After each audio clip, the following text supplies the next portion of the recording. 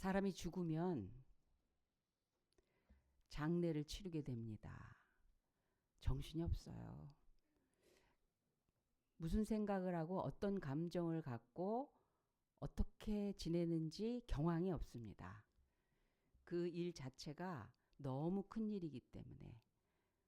그런데 그 일이 한참 일을 마치고 나서 시간이 지난 다음에 서서히 그 죽음에 대해서 점점 실생활로 느껴집니다.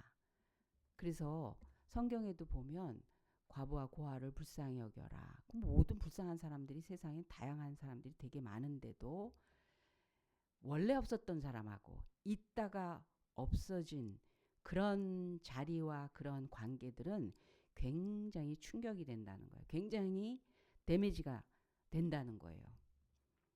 그래서 이런 얘기 하시더라고요. 그냥 뭐 장례 치르고 나서 시간 지나니까 그냥 그럭저럭 사는 것 같은데 갑자기 이렇게 텔레비전을 보고 있다가 막 무슨 재밌는 거 우스운 거 보면 아우 웃기네 하고 옆 사람을 옆에다 놓고 옆에 있는 것처럼 저 사람 되게 웃긴다 그 얘기하다 보면 없다는 거예요. 집에 문 열고 이렇게 들어가면서 나왔어. 그런데 대답이 있어야 되는데 없다는 거예요. 그때 그 빈 자리와 빈 공간에 확 느껴져 오는 거. 부를 때, 찾을 때, 같이 있을 때, 같이 느끼고 같이 나누고 하는 그 자리가 없어지는 거. 그거는 점점 밀려오는 슬픔이요, 공허함이요, 외로움이요, 허전함이요, 정신이 돌 만큼, 우울증으로 빠질 만큼 그렇습니다. 주님은 돌아가셨어요. 너무너무 추앙하고 너무너무 좋아하고 사랑하고 그리고 믿고 의지했던 분이 억울하게 돌아가셨어요. 이제 할 일은 뭐냐면 추억하는 거예요. 사람은 누군가가 있다가 이 세상을 떠나면 추억합니다. 누구 얘기해요. 그때 그랬지, 그 말을 했었지, 내가 어땠지, 내가 더 잘할 걸, 그리고 추억합니다. 훌륭한 분이면 동상도 세우고 그 이름을 따서 기념관까지 만들지만 결국 추억이에요. 그래서 시간이 지나면 없어져요. 기억에서 사라집니다. 점점 희석되고 되뇌이는 것도 그죠? 한두 사람 아주 가까웠던 사람들이나 계속 생각하나 더 이상 실생활에서 점점 잊혀집니다. 주님이 부활하셨다는 건요. 우리를 추억하라는 게 아니에요. 그 정신을 배우자는 게 아니에요. 그분의 교훈에 우리가 마음을 계속 담아놓자라는 그런 차원이 아니에요. 부활신앙, 기독교 신앙, 우리가 하나님을 믿는다는 것은 지금 여기에 같이 계시고 모든 일에 주관자가 되시고 내 현실 속에 먹는 일, 자는 일, 사는 일, 심지어 고통받고 즐거운 일, 모든 일에 직접 관여하고 계시니 그러니 나 혼자 생각하고 나 혼자 움직이고 나 혼자 결정하고 나 혼자 선택하고 내 수준 내 모양 그대로 사는 게 절대 아닌 그런 삶을 사는 사람들이 믿는 그리스도인이고 그런 것을 기독교 신앙 하나님을 믿는 신앙이다 그렇게 말하고 있습니다. 그러니 추억하는 신앙인지 정말 살아계신 주님이 나보다 더 내 현실 속에서 더 직접 개입하고 움직이고 계시기 때문에 내 능력이 아닌 하나님의 능력, 내 지혜가 아닌 내 수준이 아닌 하나님의 수준의 일이 내 삶에서 일어나고 있는가? 그런 신앙인가? 우리가 이걸 분명히 해야 될 시간이라고 봅니다. 그 시도 마찬가지였어요.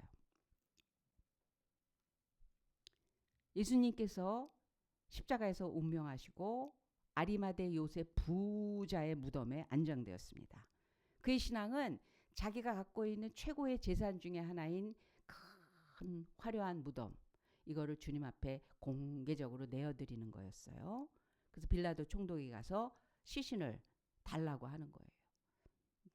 내가 죽으면 들어갈 부자들은 무덤을 굉장히 중요하게 여기고 크게 잘 만들어 놓거든요. 거기다 예수님을 안장하겠다는 거예요. 예수님 거기에 안장되었습니다. 안식일이 지난 후 그 다음날 이른 새벽에 아직 깜깜할 때 막달라 마리아가 추억하기 위해 그 무덤을 찾아갑니다. 여러분 얼마나 예수님을 사랑했는지 밤에 그냥 새벽에 어디를 가는 것도 무서운데 무덤을 향해서 간다는 건 쉬운 일이 아니에요. 그런데 그걸 견뎌내고 예수님을 찾아갑니다. 무덤에 도착했을 때 돌문이 열려 있고 예수님의 시신은 사라지고 보이지 않는 거예요. 와, 저도 저희 아버지가 천안에 있는 공원 묘원에 계세요. 납골이 아니었어요. 그거는 아주 오래전에 준비해 놓으셔갖고 우리가 아직 어릴 때 한창 젊을 때 10대 20대 때 저희들을 데리고 아직 만들어 놓지 않은 앞으로 그렇게 될 거라고 하는 그 지역에 우리를 데려가셔서 여기다 여기다 이렇게 얘기해 주셨어요. 거기 지금 장례를 치르고 거기에 안장되어 계시죠. 납골하고 좀 달라요, 여러분. 좀 달라요. 거기를 가끔 갑니다. 추억하기 위해서 가죠. 물론 지금 주님 곁에 천국에 계시지만 영으로는 정말 다시 만날 수 있는 거기에 계시지만 이 세상에 계실 때 거를 추억하러 갑니다. 근데 느낌이 달라요. 만약에 거기에 더 이상 아버지의 묘가 없다 그러면 찾을 거예요. 어디지? 나는 그 육체를 놓고 아버지라 하지 않아요. 더 이상. 거기에는 우리 아버지가 계시지 않아요. 그러나 추억하기엔 너무 좋은 장소예요. 너무 중요해요. 근데 예수님이 안 계신 거야. 그러니 막달라 마리아 그 주님이 더 이상 계시지 않는 것도 너무 슬픈데 무덤에 계셔야 할 그분이 사라지고 나니까 이거는 절망이고 너무 아픈 거예요. 너무 아픈 거예요. 그래서 웁니다. 근데 너무 다행인 게 그 울음은 1회로 끝날 수 있었어요.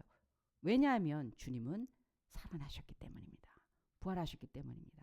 예수님의 시신이 무덤 속에 그대로 있었더라면 생명과 부활의 종교인 기독교는 존재하지 않았을 것입니다. 예수님이 부활하셨기 때문에 마리아의 통곡은 기쁨과 찬양으로 바뀔 수 있었어요. 예수님의 부활 때문에 두려움에서 모든 인생의 두려운 요소에서 벗어날 수가 있었어요.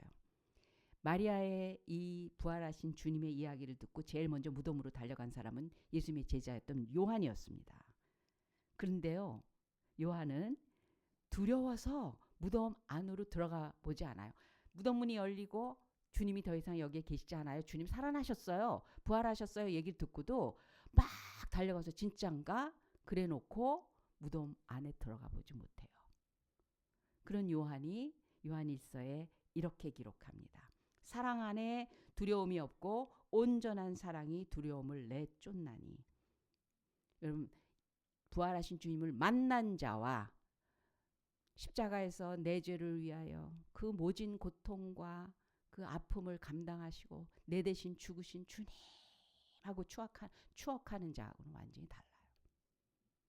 죄송하고 불쌍하고 감사하고 고마운 그분을 그냥 추억하는 거하고 살아계신 주님 이 현장에 그리고 나보다 먼저 더 갈릴리에 가 계시겠다고 그랬어요. 넌 거기로 와. 우리를 부르시고 초대하시고 가르쳐 주시고 붙들어 주시고 품어 주시고 쓰다듬어 주시고 일하게 하시고 성공시켜 주시고 새롭게 하시고 하는 살아 역사하시는 주님을 믿고 그 삶으로 살아가는 자는 전혀 달라요. 주님을 살아계신 주님을 만난 자와 소식 들은 자는 달라요. 요한은 그 살아계신 주님을 만나기 전까지는 소식 듣고 여전히 두려웠고 감히 무덤 속으로 들어가서 살펴볼 생각도 못해요. 너무 두려워서. 여러분, 주님이 살아계시지 않고 무덤 속에 그대로 계셨더라면 어떻게 우리의 눈물을 씻어주실 수 있겠어요? 어떻게 우리를 위로하시고 소망되시고 천국을 주실 수 있겠어요? 예수님이 부활하셨기 때문에 그게 가능합니다. 막달라 마리아는 살아계신 예수님을 만난 영광스러운 첫사람이요 첫 증인이 되었습니다. 막달라 마리아는 만났어요. 아직 요한은 만나지 못했어요. 그 삶이 완전히 다릅니다. 막달라 마리아뿐만이 아니라 엠마오로 가던 제자들 역시 여러분 성경엔 기록되어 있습니다. 이스라엘의 구원자셨던 예수님의 십자가 처형으로 모든 희망을 잃었어요. 그래서 엠마오 고향으로 돌아갑니다. 다른 제자들 다 어부, 고기 잡는 어부로 돌아가 버렸어요. 이 두 제자의 발걸음이 얼마나 무겁고 어둡고 쓸쓸했을까. 부활하신 주님이 옆으로 오셔요. 그런데 이 슬픔에 잠긴 제자들의 그 발걸음과 함께 하시는 주님을 이 제자는 못 알아봐요. 못 알아봐요. 옆에 같이 그냥 걸어가는 또 다른 객인 줄 알고 그동안 한 주간에 있었던 예루살렘에서 일어났던 일을 다 얘기를 하는 그 얘기 모르세요?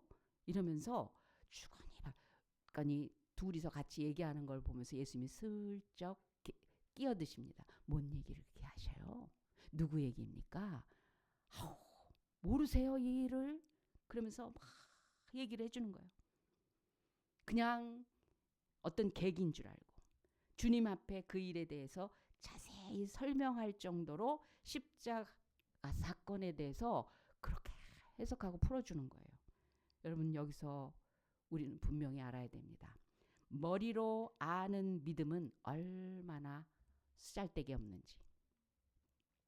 지식으로 아는 믿음이 예수님을 못 알아봐요.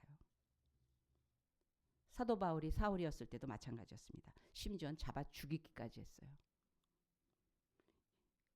이들에게는 예수님이 그저 지나가는 자기네랑 똑같이 길을 걸어가는 어떤 객인 줄 알았을 뿐입니다. 예수님은 그걸 알면서도 이들이 엠마오 자기네 고향에 도달했을 때 슬쩍 따로 가시겠다고 하니까 예수님이 그 얘기에 대해서 의미를 풀어주고 그럴 때 너무 마음이 뜨거워지는 걸 느끼면서 더 듣고 싶은 거예요. 그런 뜻이 있어요? 그런 거였어요? 어떻게 그걸 아세요? 아니 이 얘기를 들으니까 왜 내 마음이 왜 이렇게 뜨겁지? 그러면서 가겠다고 하는데 우리 집에서 하루 유합시다. 꼭 우리 집에서 오늘 유숙하고 더 얘기를 들려주세요. 여러분 부활의 믿음은 지금 여기에 나와 함께 하신 주님을 알아채는 거예요. 내가 부활하신 주님을 믿는 신앙이라면 우리 주님은 살아계셔. 내가 믿는 하나님은 아니 지금 여기서 나보다 더 확실히 이 보여지는 이 현상보다 더 분명하게 존재하시고 듣고 계시고 알고 계시고 먼저 찾아오시고 그러신 분이야. 다 하셔. 이게 부활의 신앙입니다. 부활은 나중에 죽은 다음에 우리한테 배송되는 선물이 아니에요. 엠마오의 제자들에게 일어난 일이 바로 그런 일이었습니다. 그냥 일시적인 감정으로 후끈 마음이 찐하네 이런 게 아니었어요. 예수님을 집으로 초청한 제자들이 예수님이 손님이 아닌 주님으로 보이기 시작했어요. 눈이 밝아져서 주님을 알아보게 됐어요. 아니 누구신가? 너무 그 말씀이 귀하네. 뭔가 더 알고 싶다. 이분한테 더 듣고 싶다. 귀한 분 이렇게 보다가 보니까 예수님인 거예요. 왜냐하면 상식에 고정관념에 내가 이제까지 알아온 나만의 어떤 지식 속에 죽음은 끝난 거예요. 죽음은 다시 내 앞에 나타날 이가 없는 거예요. 움직일 리가 없는 거고 내 현실 속에는 더 이상 없는 존재라는 게 꽉 박혀 있었기 때문에 분명히 주님인데도 주님인 줄 인정을 안 했던 거예요. 있을 수 없는 거였어요. 그런데 그 내용 속에 그 말씀의 그 의미 속에 점점 살아계신 주님이 느껴지기 시작하니까 그러고 보니까 주님이네. 우리가 여전히 주님을 그저 교훈으로 어떤 세계, 정신 세계로 그렇다더라 하는 지식으로 나도 알아 하는 그 수준으로 예수님을 생각한다면 우리는 엠마오로 가고 말 겁니다. 세상이라 일컫는 자기 자리로 그냥 거기에 머물게 될 것입니다. 그러나 살아계신 그 예수님이 내 인생의 키를 가지고 하늘나라까지 인도하시는 영원하신 주님이신 걸 알아채고 그 주도권을 주님께 드리는 순간 하나님의 집인 예루살렘으로 향하게 될 것입니다. 새하늘 새 땅인 영원한 천국으로 향하는 그런 시간표를 갖게 될 것입니다. 그런 능력의 소유자가 될 것이며 그런 방향을 갖게 될 것이며 그런 걸 결단하고 선택할 수 있는 지혜가 있게 될 것입니다. 그래서 그 발걸음은 분명히 가볍고 밝고 기쁨과 환희에 가득 차게 될 것입니다. 만난 자와 만나지 못한 자, 만났을 때와 만나지 못했을 때, 예수님 부활하신 주님을 만나기 전과 만난 후 간증이 달라요. 예수님의 제자 베드로와 요한은 어땠습니까? 예수님이 부활하시고 무덤이 비어있다는 사실을 알았어요. 그 소식을 소상하게 전달받았어요. 막달라 마리아가 제자들에게 봤다고 얘기했어요. 주님께서 이르신 말씀까지 갈릴리에 먼저가 계시겠대요. 그는 돌아가시기 전에도 내가 십자가에 죽고 내가 죽은 다음에 3일 후에 다시 살아나리니 너희보다 먼저 갈릴리에 가 있을 것이다. 갈 것이다. 너희도 거기로 와라. 이런 얘기 하셨는데 까맣게 다 잊어버려. 그건 무슨 있을 수도 없는 얘기니까 기억은커녕 지워버렸어요. 그 부활하신 주님께서 막달라 마리아에게 얘기하신 그 말씀까지 전했어요. 그렇지만 제자들은 지금 현실의 두려움은 그대로야. 자신의 은신처에서 지금 들키지 않으려고 체포당하지 않으려고 조심조심하고 있는데 이 두려움의 공포에 직면한 제자들이 모여가지고 문을 다 걸어 잠갔다고요. 얘기 듣고 그냥 그대로 걸어 잠갔다고요. 언제 잡혀갈지 모르는 불안감에 떨고 있을 때 주님은 문을 두들기지 않고 문을 열지 않고 그냥 그들 한가운데 나타나세요. 문 열어달라고 하신 게 아니에요. 그리고 나서 선포하시기 시작합니다. 너에게 평강이 있을지어다. 여러분 이 평강은 그냥 인사말이 샬롬 안녕하세요 하는 인사말이 아니에요.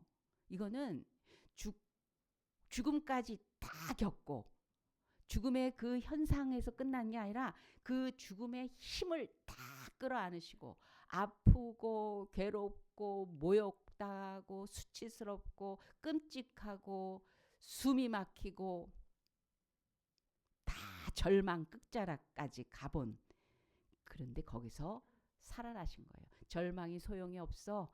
아픔 거뜬해. 안 된다고 하는 거 그 말이 헛된 말이야. 어떤 독을 마실지라도 그 독이 창피해. 도망가. 독이 더 이상 독이 아니에요. 고난을 통과하고 죽음을 이겨낸 주님만이 평안해라. 그랬을 땐 진짜 그게 평안이거든요.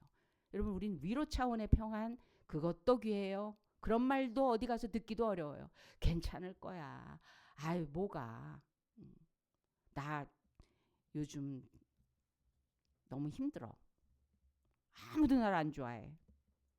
나 위해서 내가 이렇게 열심히 살았지만 나한텐 좋은 일이 하나도 없어. 나 원래 이렇게 살려고 태어났나 봐. 앞으로도 뭐 가능성이 없지 뭐. 난 안 될 것 같아.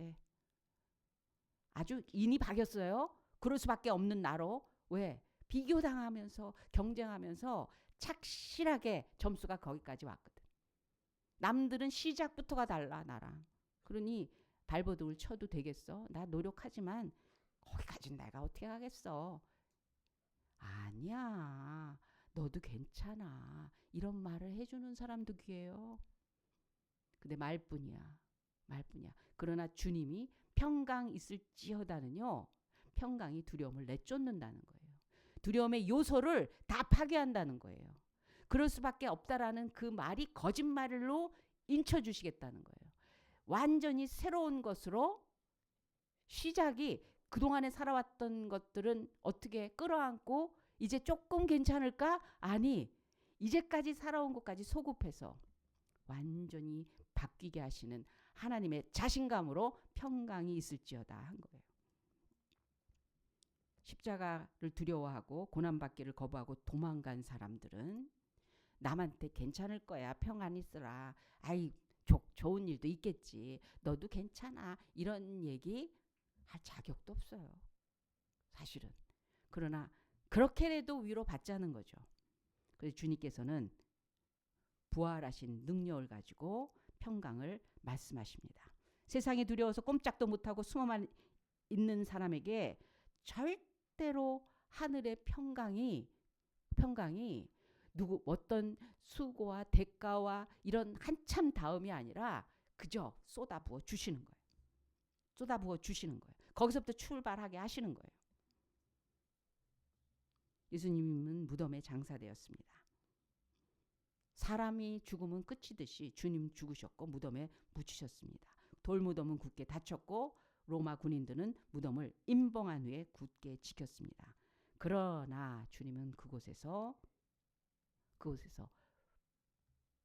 무덤 속에 계신 동안에도 노아 때에 홍수로 인해서 죽은 영혼들이 갇혀있는 영의 옥 거기까지 가셔서 복음 전하셔서 그 영들을 옥에 갇혀있는 영들을 다 살리시는 전혀 가만히 계시지 않는 그런 분. 여러분 주님은요 누구에게든지 기회가 있게 하십니다. 노아의 홍수 때 하나님 말씀을 거역하고 순종하지 않아서 물에 빠져 죽은 영혼이 갇혀진 옥이 있어요. 그들은 복음을 들어본 적이 없어요. 그냥 그 죄가 만연해서 온 세상에 죄를 뿌리는 어떻게 해야지 되는지 상관 안 하고 죄만 짓는 그런 사람들이 죽어서 갇혀있던 영들의 세계가 있어요. 영의 옥. 베드로가 그 얘기를 합니다. 성경에 그 얘기 있어요.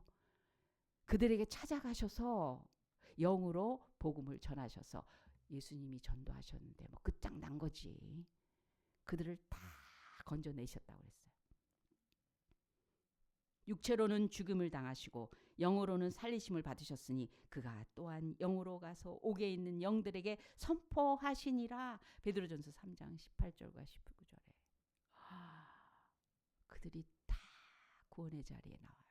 그리고 육체로 부활하십니다. 하나님의 계획을 인간이 가로막을 수가 없어요. 예수님은 사망의 권세 그거를 깨트리시고 생명으로 부활하셨습니다. 우리의 무덤 같은 썩은 냄새 나는 그 인생의 요소들을 하나님은 그냥 내버려 두시지 않으세요. 생명을 쏟아 부으시면서 다시 사신 하나님의 능력으로 현실도 부활이요. 우리가 이 세상 삶을 다 마친 후에도 하늘나라에서도 완전한 새로운 육체로 부활하게 하시는 그런 분이십니다. 무덤과 같은 고통 속에서도 주님을 바라보는 것이 믿음입니다. 주님의 길을 따라가는 그 믿음으로 우리는 매일매일 여기서부터 부활의 능력으로 살아가는 사람이 되어야 될 것입니다. 그럼 부활의 믿음을 가진 사람은 어떤 일이 있냐면 당연히 부활의 주님을 찾는 자에게 평강을 주십니다. 주님이 우리에게 나타나시면 평강이 와요. 시끌시끌 와글와글 정말 분열과 분노와 분쟁과 편가름과 모든 어그러짐이 주님이 임하시면 당신부터 형님부터 아우부터. 아니, 나부터가 아니라 여러분부터. 아브라함도 조카부터 했어요. 자기가 이기고 나서도 내가 뭘 취할까가 아니라 아니, 생명을 살린 것으로. 무익한 종이 할 일을 했을 뿐입니다. 멜기세덱이 안수하며 평강을 외칠 때 그냥 그걸로 족합니다. 내가 하나님 앞에 내게 있는 모든 것 가운데, 내 소유 가운데, 내게 주신 은혜 가운데 하나님의 거에 속한 거 10분의 1을 언제 드리. 그거는 자기에게 주신 것이 다 주님으로부터 온 거라는 신앙 고백을 드리겠다고 한 거예요. 주님이 계시면 된다는 거예요. 평안을 너에게 끼치노니 곧 나의 평안을 너에게 주노라. 주님이 주시는 평안은 세상이 주는 것과 같지 않습니다. 사람이 한번 굉장한 충격을 받으면 그 충격은 평생 데미지가 됩니다. 우울하고 고독하고 공포스럽고 절망하고 낙심하고 잠 안 오고 악몽 꾸고 답답하고 슬프고 억울하고 지옥이에요. 그런데 이 모든 요소 가운데 부활의 주님이 임하신다면 평강이 옵니다. 교회에 왔는데 그냥 마음이 좀 평안해요. 예, 주님이 살아계시다는 증거예요. 나 옛날에는 정말 매사가 예민해가지고 맨 상처투성이었고 나 사람 만나는 거 좋아하지 않았어요. 그런데 요즘은 그냥 조금 그런 게 많이 좋아진 것 같아요. 예, 주님이 살아계신 그 현장 속에 있기 때문에 그렇습니다. 부활의 주님을 믿고 의지하고 그 속에서 살아가는 사람은 그런데 그냥 살지 않아요. 부활의 주님은 나타나셔서 부활의 모습으로 나타나셔서 내가 한 일을 너희도 하리니 그랬어요. 아버지께서 나를 보내신 것 같이 나도 너희를 보내노라 그러셨어요.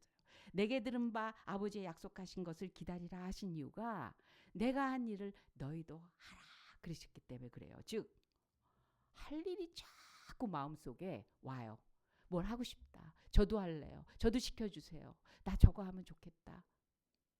내 인생에 하나님께서 이 일을 원하시는 것 같아.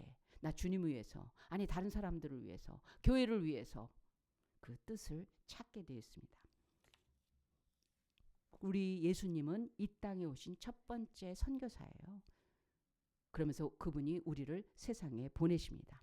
아버지께서 나를 세상에 보내신 것 같이 나도 너희를 세상에 보낸다 이렇게 말씀하셨어요. 그래서 부활의 주님과 함께 동행하며 살아가는 믿음이라면 뭔지 모르지만 별 사명이 다 있어요. 여러분 별 사명이 다 있어요. 기도하는 것도 사명이요. 청소하는 것도 사명이요. 노래하는 것도 이 찬양하는 것도 사명이요. 그냥 현실에서 주님을 생각하면서 온 감동이 나를 그 자리에 그 일에 그 역할에 그 위치에서 움직이게 한다. 그런데 그게 충성이요. 감동이요. 열심이요. 헌신이요. 기꺼이 자발적으로 그리고 그 안에서 기쁨으로 보상해 주시고 인도해 주시는 걸 느낀다면 그 사람은 부활의 주님과 같이 살아가고 있는 겁니다. 그 사람에게는 당연히 생명의 능력이 폭발합니다. 얼마나 능력 있는지 모세에게 부활의 주님 영으로 임하신 하나님이 모세에게 임하자 수백만 그 노인네가 수백만 이스라엘을 구원하는 리더가 됐어요. 목동 어린 청소년 다윗에게 하나님의 영이 임하자 생명 넘치는 하나님의 영이 임하자 모든 원수를 이기고 왕 중의 왕이 되었습니다. 베드로에게 하나님의 영 살아계신 주님의 영이 임하자 하루에 3,000명 5,000명씩 복음을 전하는 사도 제자가 될 수 있었습니다. 얼마나 비겁하게 도망했던 사람이에요. 그러나 부활하신 주님이 살아 역사하시는 베드로 곁에서 베드로 안에서 베드로의 현장 속에서 역사하시니까 그런 능력의 종이 될 수 있었습니다. 주님 살아계십니다. 여러분 안에 계시고 여러분 앞에 계시고 여러분 곁에 계시고 여러분이 잠들 때도 졸지도 주무시지도 않는 주님께서 여러분을 지켜보고 계십니다. 번히 깨뜨려 보세요. 주님은 어떻게 살아계십니까? 전에 얘기했잖아요. 시퍼렇게 살아계십니다. 시퍼렇게 살아계십니다. 보고 계세요. 알고 계세요. 혼자 아픈 눈물을 흘릴 때 주님 다 알고 계세요. 골방에서 외로워할 때 외로워하지 말라 그러세요. 그때 그 방 안을 꽉 채운 주님의 영이 여러분을 감싸고 계신 거예요. 아무도 몰라주는 내 사정 주님은 아세요. 말에 실수가 많은 나 주님 이해하세요. 원래 그런 말이 아니었는데 말이 헛나왔어. 남들은 왜 말이 그래. 아니야, 너 마음은 그런 게 아니온 거 내가 알아. 살아계신 주님. 다른 뭘 믿고 의지하겠어요 우리가. 그 주님 아니면 어떻게 당당하고 힘있고 씩씩하고 신나고 재밌고 뭐라고 말을 더 표현해야 되나 그래. 살아계신 주님, 이것이 우리를 온전한 새로운 존재로 만들어 주십니다. 이렇게 쭉 가면서 주님 나라에 임하게 될 것입니다. 주님의 살아계신 부활하신 주님을 항상 의지하고 믿고 영광 돌리는 저와 여러분 되시기 바랍니다. 기도하겠습니다. 살아계신 주님 감사합니다. 주님을 의지합니다. 주님을 바라봅니다. 주님께 모든 걸 고합니다. 주님을 바라보며 따라갑니다. 주님께 맡깁니다. 주님은 실수하시지 않고 실패하시지 않고 완전하시며 그러나 그 사랑과 그 용납하심과 인자와 자비가 풍성하셔서 언제나 변함없이 나와 함께 하시는 그 은혜를 베푸시는 분이시기에 열심히 살겠습니다. 바르게 살겠습니다. 신나게 살겠습니다. 사명 가지고 살겠습니다. 기꺼이 주님을 따르겠습니다. 주님 때문에 승리하고 성공하겠습니다. 주님 영광 받아 주시옵소서. 감사하며 예수님의 이름으로 기도합니다. 아멘.